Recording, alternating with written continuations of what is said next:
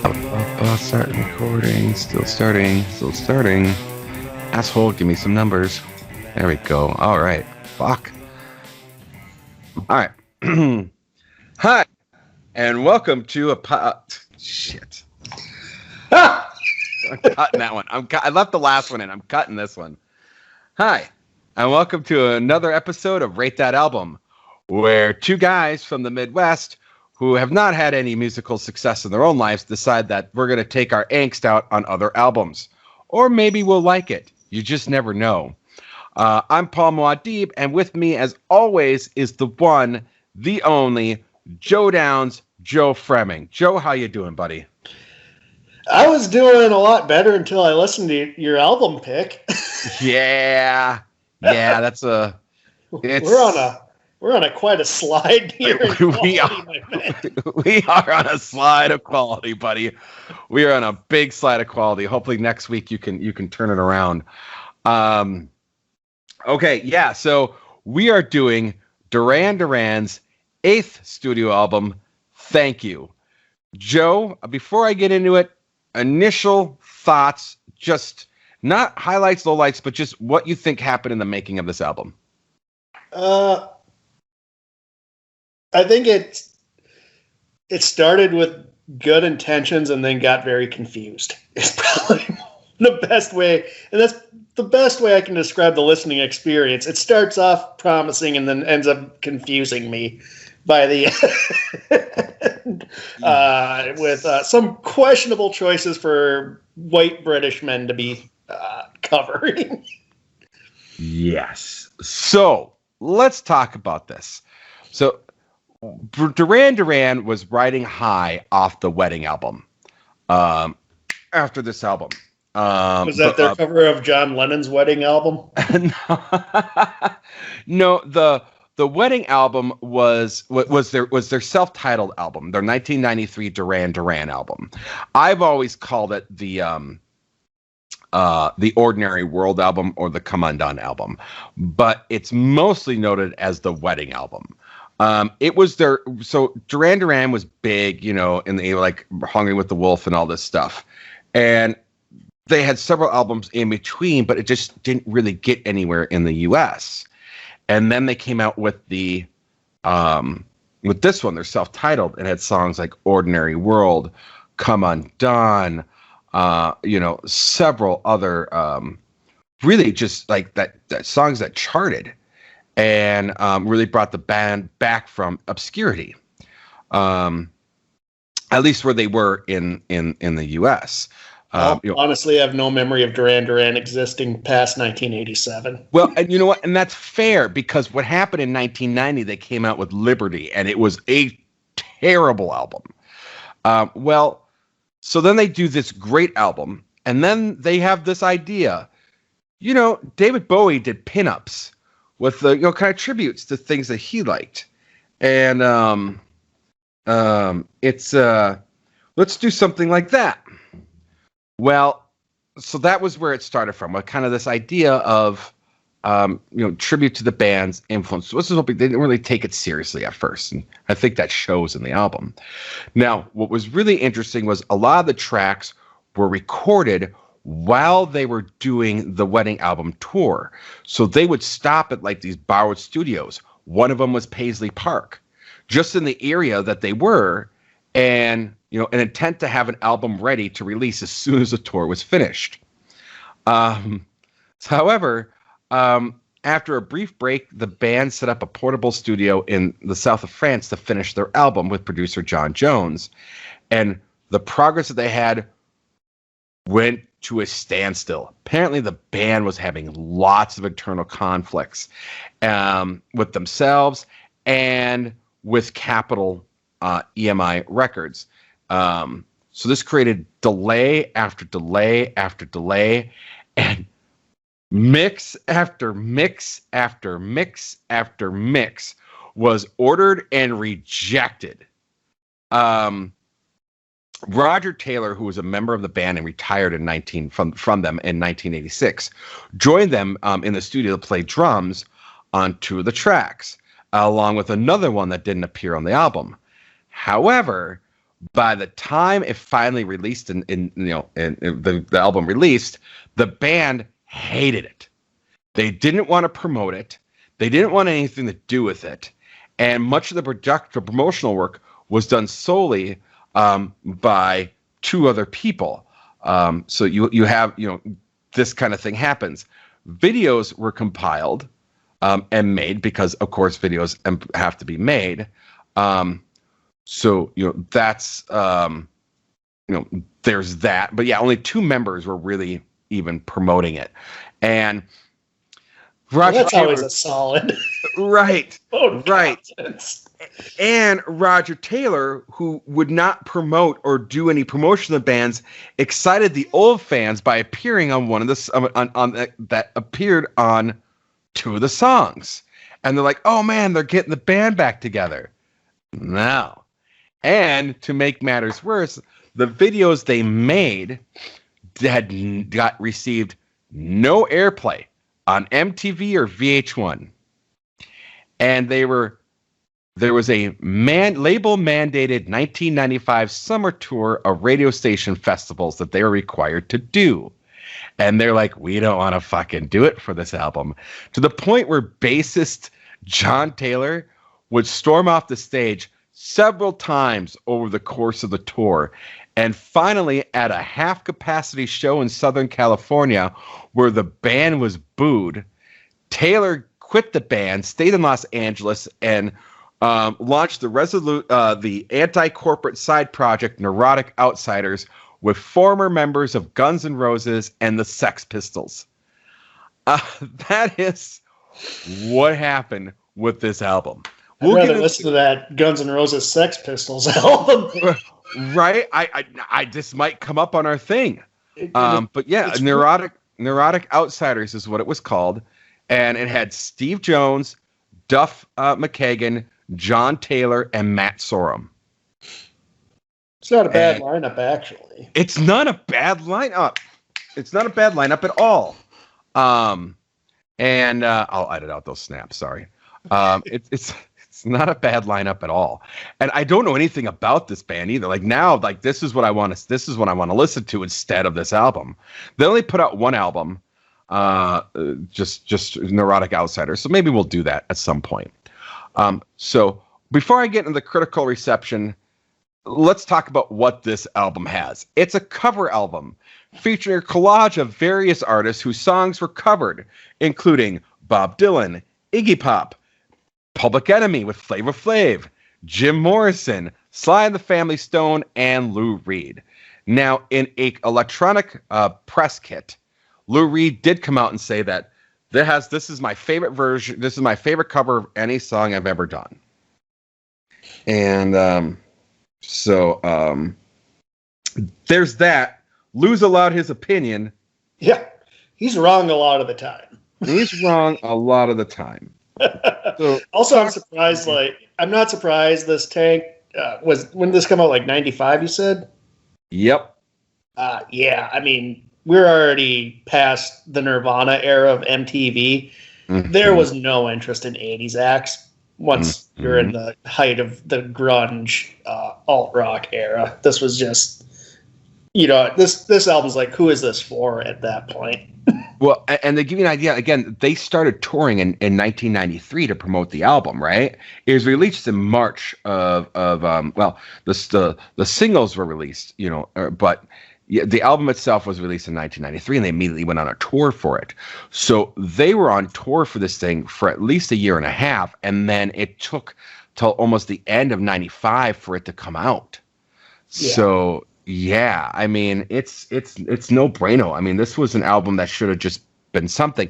And I will talk about when we get there about the mix and the mix and the mix and the mix and some content to that, some context to that. Oh, there's context to like, hey, let's super overproduce "Perfect Day" by Lou Reed. Let's produce to the point it sounds like it's an outtake from A Momentary Lapse of Reason. They fucking Gilmered it. You Gilmered it, you sons of bitches. You should have gone back to Rio, and instead you went to Gilmer's house. All right, Joe.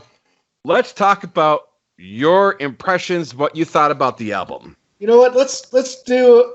This is a covers album. Let's go track by track. Oh, I love this idea. Because Let's go track it's one of those things where you really got to get the full spectrum of this album, because there's moments where it's really good, and there's moments where you're just like, holy fuck, what were they thinking? What were they? Yeah, 100%. This is very much a what were they thinking album. Yeah. So let's just start with track 1, White Lines, originally by Melly Mel and Grandmaster Flash. I don't mind this, and it might be because they sample of all songs "Jesus Built My Hot Rod" by Ministry. Again, let's repeat that. Melly Mel and Grandmaster Flash are on the track with them too. So on the track, yes, so they are. So it's not like they're doing White Lines. The song, I love the hypocrisy of a band whose music in the 80s was the soundtrack of every coked out yuppie in the pump room with Phil Collins. No, Phil wasn't allowed in the pump room. He wasn't allowed in the pump room. He wanted to be doing coke in there. So, yeah, but I mean, I give this, it's an interesting, it's very 90s. It sounds like it could belonged on the album Pop by U2. Yes, it's very 90s overly produced. Like it's yes. But again, it gets a pass from me because the dang from Jesus Built My Hot Rod. I love it. Yes. And again, you bring up the point that Grandmaster Flash and the Furious Five are on it. Yeah. Now let's get into one of the most pointless covers you can ever do. I Want to Take You Higher, because you're never going to top Sly and the Family Stone. No. And this I was disgusted by this, man. I was so angry. I was driving around, and I just, I'm fantasizing about driving into oncoming trains as this is playing. Man, you can't top Sly. Sly and the Family Stone is one of my favorite bands. It's like Phil Collins and Neil Young. You just don't need to cover them. Well, and what's interesting is they brought in Anthony Thompson of the Power Station and Chic to do drums on it. Now, we're going to talk about this because there's mix after mix, because not only is there I Want to Take You Higher, that's I Want to Take You Higher, take 1, and then there's I Want to Take You Higher again at the end of the album. And there's more to this. There's a lot more to this, and we're gonna go there. But that's just, why do you have two different? You're doing a covers album. Why do you have two covers of the same song on the same fucking? They don't even bookend the album, which would make, at least if that's what you're going for, like like with Neil Young with Hey Hey My My, and like Rockin' in the Free World, like it bookends. It's the same song, but it's different. But right, this one's like track 2, and then it ends. It doesn't. And what I think is so funny is they do White Lines and then I Want to Take You Higher right afterwards, right? Like one song's anti it, and the one song, a girl going, that sounds great, get me high. What the fuck are you doing, Duran Duran? Okay, we're on the same page. Yeah. So let's go into Perfect Day, because I hated this. Mm-hmm. Like I said, it's way overproduced. It sounded to me a lot like it could have been on A Momentary Lapse of Reason.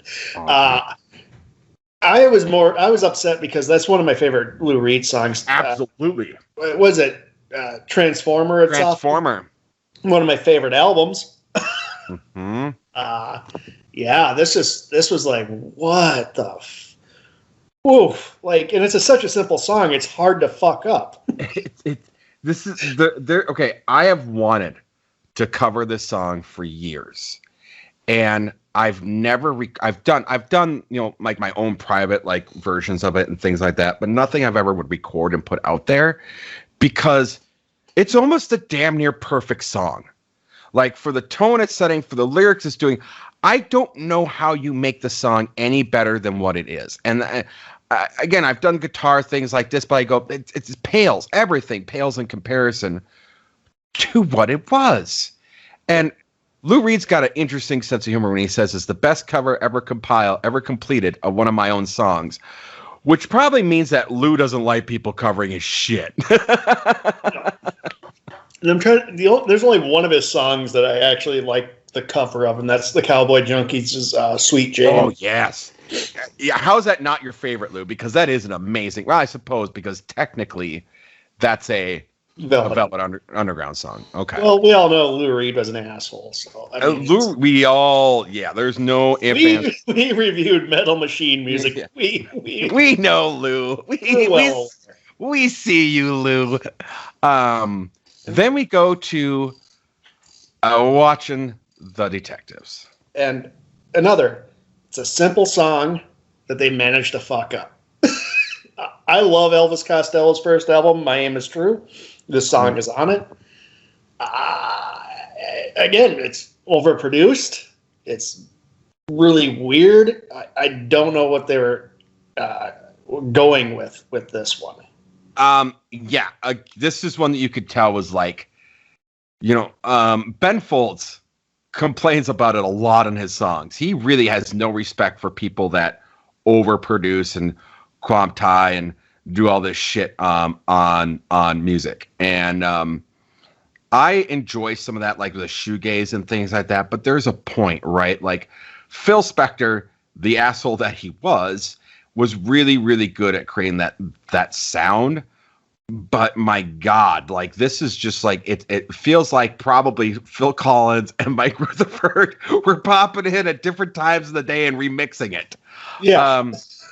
And that's essentially what was happening here as well, because the studio was getting these things and going, no, we don't like that. We don't like that version. And they sent it back and someone else would be like, well, fine, you fucking mix it.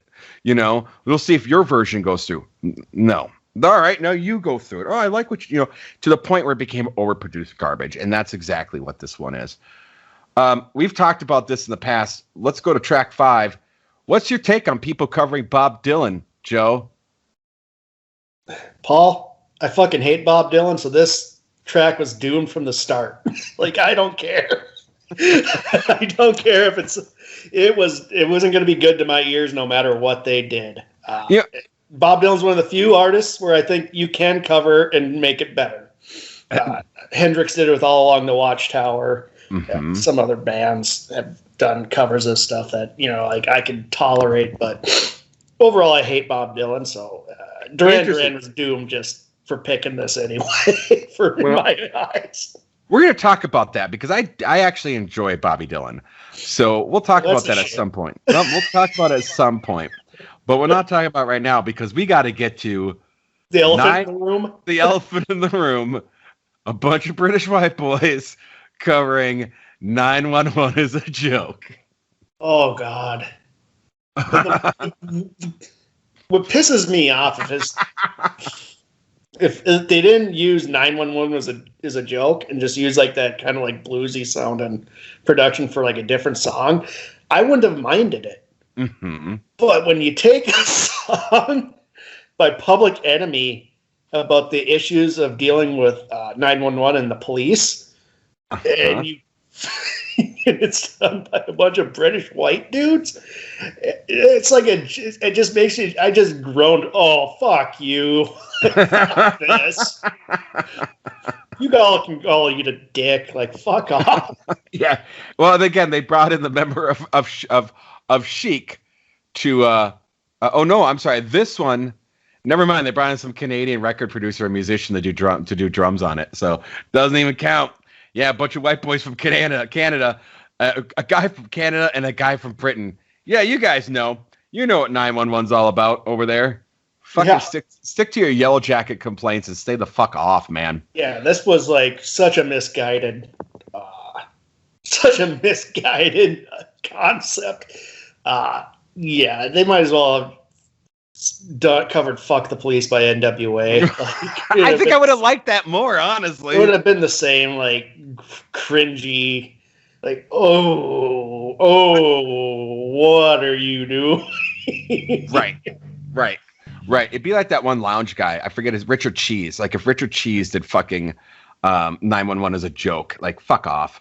Well, even if he did it, he's a comedy act. Right. Like, so the gist is, it's like you don't take the cover seriously. They're just silly. These are like self-important fucking British dish D-bags going, I know the plight of the black guy in New York. Sure you do. And we'll get to that later because they do a song about LA. Oh my God, fuck off. All right. Then you have Success, which was written originally by David Bowie and Ricky Gardner and performed by Iggy Pop. Yeah, this was a completely forgettable track. It really Paul's was. dead in the middle. I have no recollection of what it sounded like. I honestly don't either. Don't either. And here's the thing. I've covered Iggy. Okay? I've covered I Want to Be Your Dog on stage. And there's a certain way you got to cover Iggy. You got to invoke Iggy because people expect Iggy. So you got to get a little nutty on stage. And in the studio. No. This is garbage. All right. The next one, Crystal Ship. You hate Jim Morrison. What did you think of this one? It's not so much I hate the Doors. I just feel like I grew out of them.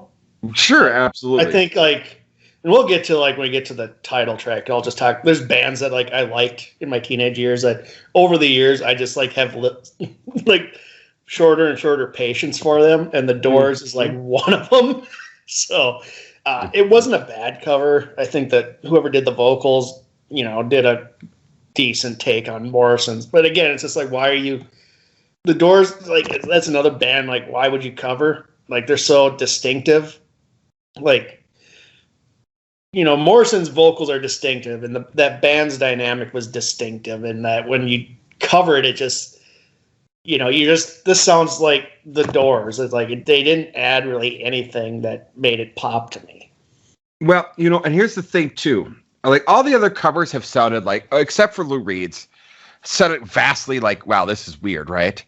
But with this one, I actually was listening to. I'm oh yeah, that's a Doors cover. I can tell that's a Doors cover because they do the same thing that the Doors do with that weird shit that Jim Morrison likes. And you know what I'm talking. You guys, if you know the Doors, you know what I'm talking about.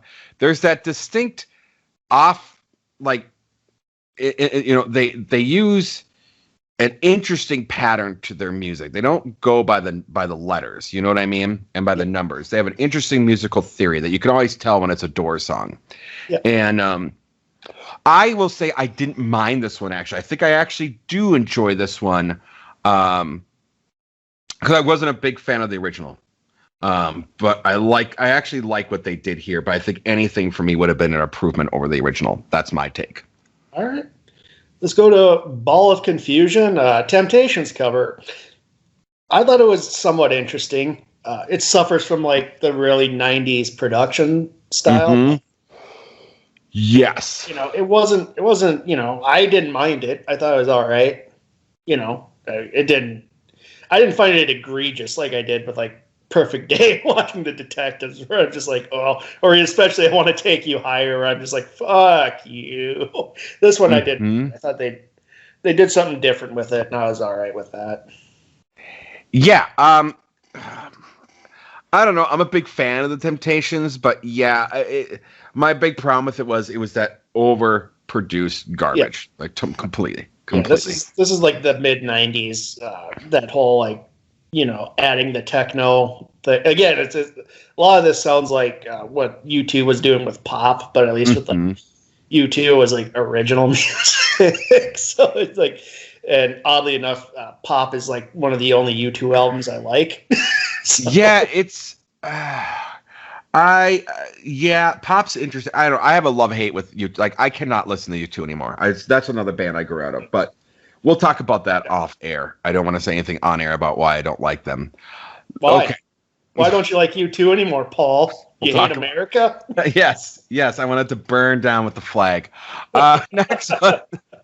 No, they're just one of those bands. I enjoy pop, and that's probably the only album of theirs I enjoy. Maybe some of Zootropa or whatever. Yeah, that has. The weirder the albums they made, the more I was more into. Yeah, then they came back with how to dismantle an atomic bomb. Yeah, now they just try to sound like Joshua Tree over and over again. Mm-hmm. Yeah.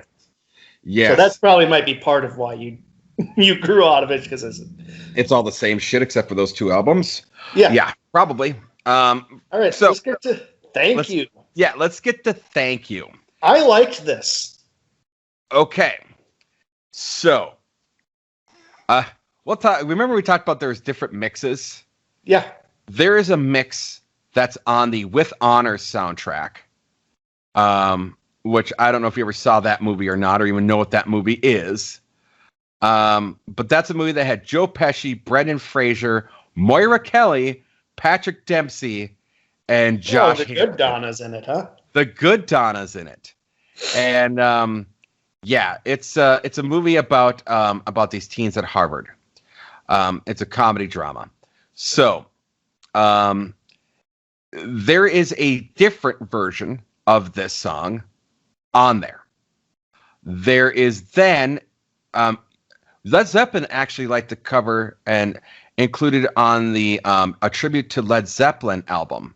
That is a different version than the one that's on this and the one that's on that soundtrack. So at this point, when there's the people doing the different promotional things, they were sending these things out for different promotional materials with different mixes at the time because they thought one was going to get approved and then wasn't. So of the three, I actually like the one that's on the With Honor soundtrack. So I don't know why they went with this one on the album when I feel that the other one is actually better. That's me.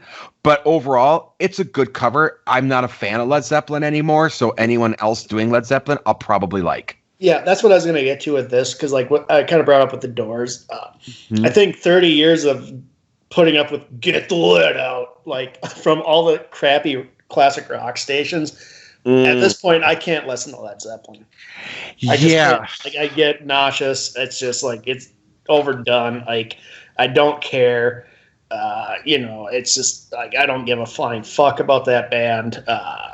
I just don't. But like when I heard the cover, I'm like, this is a good song, and I actually like their version better because I'm not as burnt. Because this was still it's still the same song, but it's different enough for me to enjoy it. And I actually like this is probably my favorite on the album. Yes. Yeah, it's good. It's good. It's like for all the shit I've been shitting on all over this album, which rightfully deserves it, this was a good cover. Yeah, it was. It was a good cover. Now we get to the one original on this track, which is Drive By. What the fuck is this? This was their attempt at beat poetry with a bunch of bullshit. The song was a bunch of bullshit. I kept waiting for it to like take off and go somewhere, because they're like, and this is and this is what happened in his dream or whatever the fuck the lyric was, and it doesn't. They don't tell us. it goes nowhere. Yeah, and I guess after a while I just didn't care. Like my eyes glazed over, and I was like listening to you tell that Amanda Lear story that went nowhere and just bored the hell out of me. Oh, you fuckface. You fuckface.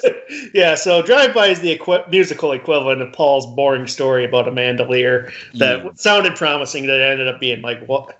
That's not a story, Paul. God damn it, Paul. That's not a story. It's a story. You just didn't listen. But it wasn't entertaining. She's not entertaining. She met a guy and then it didn't work out. What do you want? What do you want? She met a producer and it just didn't work out. Like it's it's the Patton Oswalt Star Wars prequel thing. Here's Darth Vader, but he's really sad. Here's Darth Vader, but he's really sad. You like ice cream? You like Boba Fett? Well, he's a little kid and he's really sad. He's a little kid and really sad. I don't need to know where the shit I like comes from. You like ice cream? I just like the things I like. I just like the things I like. Well, here's some rock salt. So, Drive By was just, I don't know what the fuck. There's a reason they probably buried it in the second to last song. Yeah, it was bad. So now we get to I Want to Take You Higher again, which, Paul. Why? Like, this is some chucklehead bullshit right here, isn't it? Like, yeah. If you didn't like that other version, here's a different version. Like, no, there's no version of this song, Duran Duran. Again, that's gonna sound good. You make a cardinal sin here. You put out a a covers album, but then you include 2 covers of the same song. Oh, God. Yeah, now let's talk about what we didn't get. Oh, the 2 bonus tracks? Well, there's more than 2 bonus tracks, by the way. So in Japan, it was released with Diamond Dogs and Femme Fatale. And in the UK, I love Diamond Dogs. Oh, it's a great song, isn't it? I think a Duran Duran cover of Diamond Dogs would have made me hate that song. Well, and there's more. In the UK, they also got The Needle and the Damage Done. Oh, can you imagine all the synth and pop to that? Oh my God, dude. So let's talk about reception. Okay. Now, the sad thing is, in Canada, you only gotta sell 50,000 albums to be gold in Canada. So they made that. In the United States, you gotta make 500,000. They barely crossed that line and got this album to be gold. In Australia, its peak position was 63. In German albums, it was 50. In the US, it hit 19, and I don't know how or why. And in the UK, where they're from, they got 12. They hit 12, which is bad considering where they were. All their last albums hit like number 1 in so many places. So what really hurt them a lot was putting out this piece of shit album. So now the 2 singles for the albums were White Lines and Perfect Day, and in Lay Lady Lay, that was in Italy and Spain. Rolling Stone says some of the ideas here are stunningly wrong-headed. It's like the easily listening arrangement given Elvin Costello's Watching the Detectives, or the version of Led Zeppelin's Thank You that sounds like the band is covering Chris de Burgh.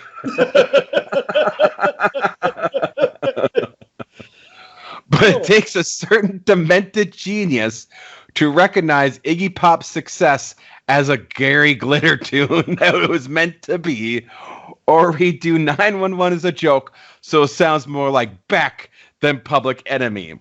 Q Magazine declared it in the worst album of all time. Well, both you and I know Amanda Lear was probably of all time. I think we could go with Saint Anger was the worst Yeah, album. but at this point in time in the existence of the albums we've covered on this podcast, Amanda Lear, I'll still say I think Amanda Lear's was worse. Ooh, them fighting words there. I would take her album 15 times over because I don't need ibuprofen by the time I'm done listening to it because of goddamn Lars and Bob Rock being offbeat with each other, and that goddamn snare. And that goddamn snare. No, at least Amanda Lear, I can get a William Shatner satisfaction out of it because he's always off when he does his things, and it's by design. So yeah, it wasn't by design for her. She just sucks. she just, well, she was dating Dolly, so it'd be considered art, sir. So yeah, that's not art.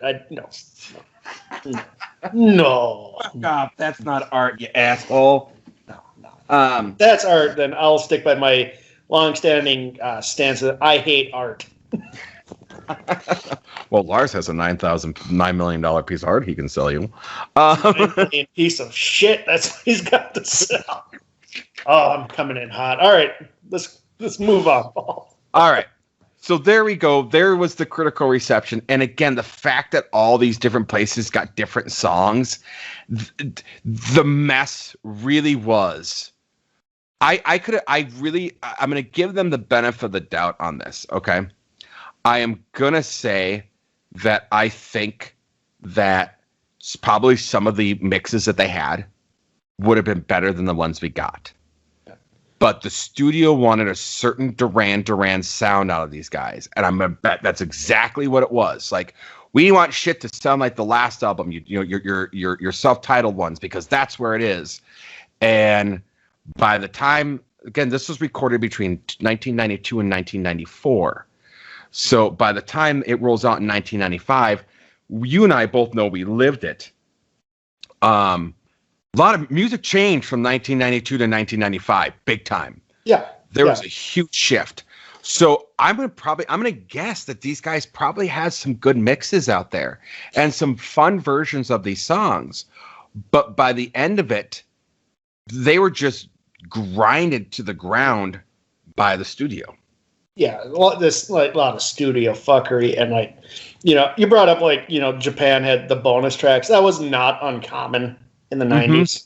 No, I have a version of Nine Inch Nails' Downward Spiral that has Dead Souls mixed into the album tracked on awesome. the end. Yeah, so that wasn't. It was usually, I don't know why they did it. I guess I could look it up, but I don't feel like it right now. But yeah, that wasn't uncommon. You know, Japanese imports when I worked at record stores usually had one or two extra tracks.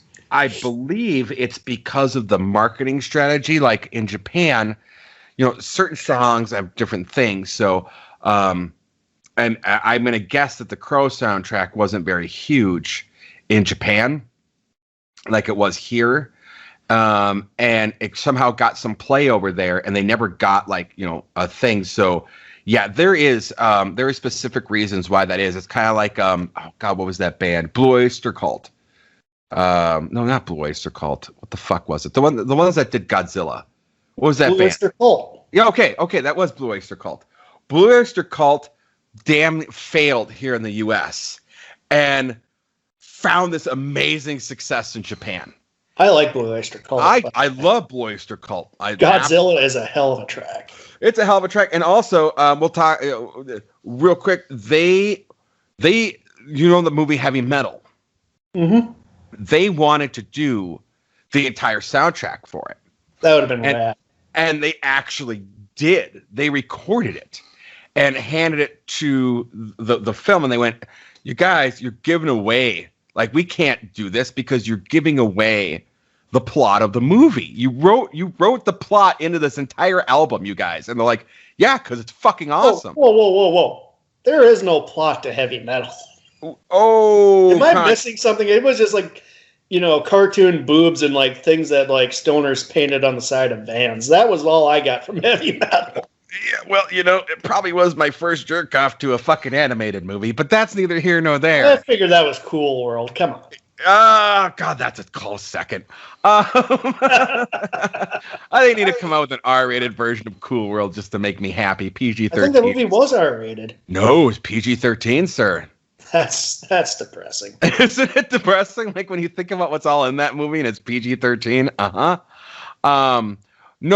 So they tried, a lot of bands tried to emulate that in Japan, like by having these Japanese releases and seeing if something stuck there that didn't mix with US audiences. So that was a lot of why that happened with Japan. Really, Blue Oyster Cult was the poster child and the kind of the prototype for that. So that's kind of the thing that happened there. But we've gone off base here, sir. Fuck. On average, how much cartoon porn do you watch? Not enough. There's not enough hours in the day, sir. It's called hentai and it's art. We went on some wild side roads, didn't we? This is what happens when you get in the Duran Duran's cover album, because it's just weird shit. All right, so Joe, back to basics. Would you recommend this album? No. I'd recommend, at least checking out the song Thank You and White Lines. But as a whole album, no, I would fucking stay away from this. Yeah, and I would even encourage you to stay away from like even the Thank You that's on this album and go with the With Honors cut. It's about a minute and a half shorter, and it has a little bit of a different sound to it. I enjoyed it. That means we have to find the fucking soundtrack to With Honors. Come on. Fair enough. It's a Brendan Fraser vehicle and a Moira Kelly vehicle that no one saw. My apologies. Honestly, I thought when I saw it, I was like, With Honors. Wasn't that with Michelle Pfeiffer? No, wrong movie. No, you're thinking of Mystic Pizza.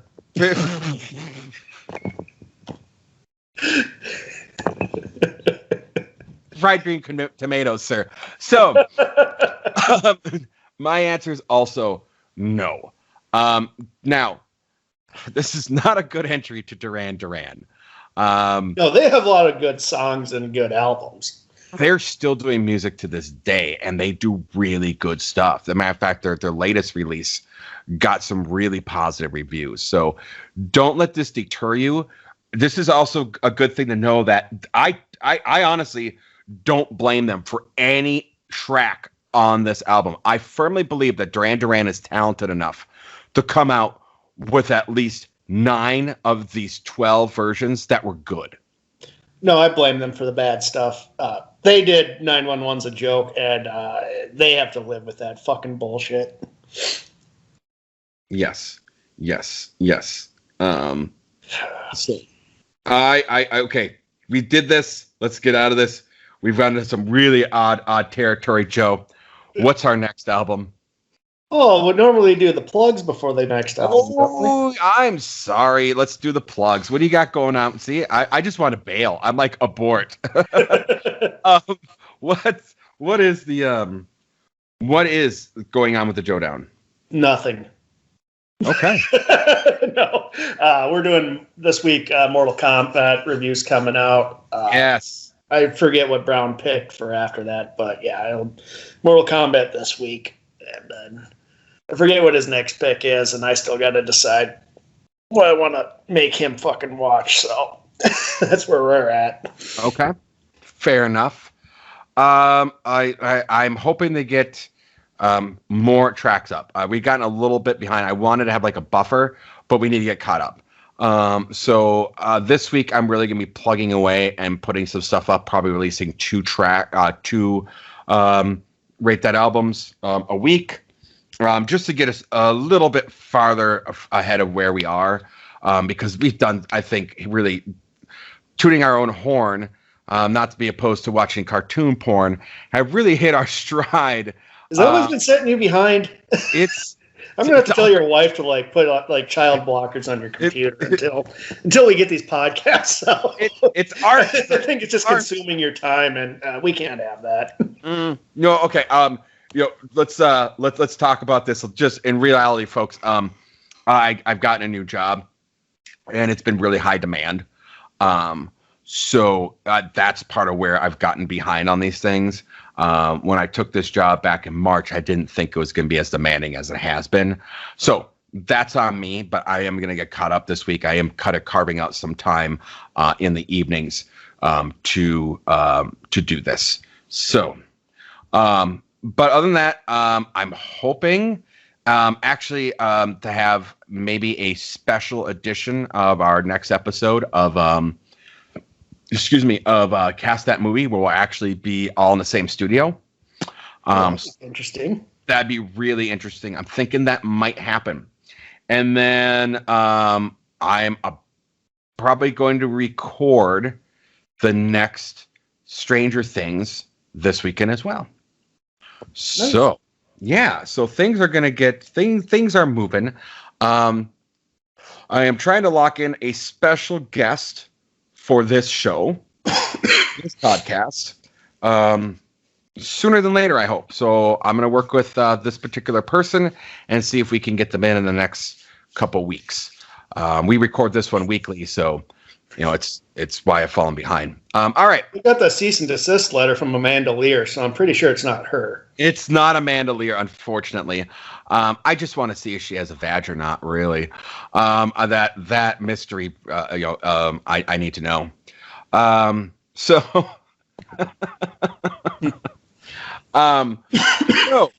what's our next album? Paul, I got to pull us out of this funk we're in. Please. So, give us a lifeline. Paul, as you know, cash rolls everything around me. So next week, you better protect your neck, because we're bringing the ruckus. We're doing Enter the Wu-Tang 36 Chambers. Oh, shit, yeah. Yep, the RZA, the Jizza, the Ghostface Killer, Inspector Deck, You God, Basta Killer, Method Man, Racka One, an old dirty bastard. You son of a bitch. You son of a bitch. I was gonna do that for my next one. You were not. I was. I'm like, we need to bring some ODB in this motherfucker. Damn right I was. Damn right I was. So that's the second time this has happened. This is the second time this has happened. That is fantastic. Like, well, you know, I will say this happened to me and Jode a lot as we did this. Like, we just got on a wavelength that was like almost psychic. But yeah, I love it. So that's great because I have a different one I can use now. So, and I haven't listened to this album in a long time, but it's going to be better than "Thank You" by Duran Duran. Yes. What I love about this too, I've actually seen the movie that's based on too. The 32 Chambers of the Shaolin. It's awesome. It's a great movie. Like those guys, yeah, I love it. Okay, mixing their own philosophy with kung fu movies and hip hop. I mean, it's amazing. You gotta love Wu-Tang. Yes, I do love the Wu-Tang. You gotta love ODB, man. Method Man, you know, fuck yeah, man, that's fantastic. You're gonna do that. Okay, I'm excited for next week. Yeah, we got to get ourselves out of the doldrums, and I have one that I know we'll both enjoy listening to as well to get us out of this funk for a little while. Because as much as it's fun for you and I to fucking just bash each other down, we got to give the audience something to go with too. Well, it's fun to bash it, but it's not fun for us to listen to it. That's the problem. Like Saint Anger was not fun to listen to. It was not fun to listen to. So, all right, should we call it there? Well, sir, let's take us out. What do you got? I got nothing again, man. This album just shocked me by how.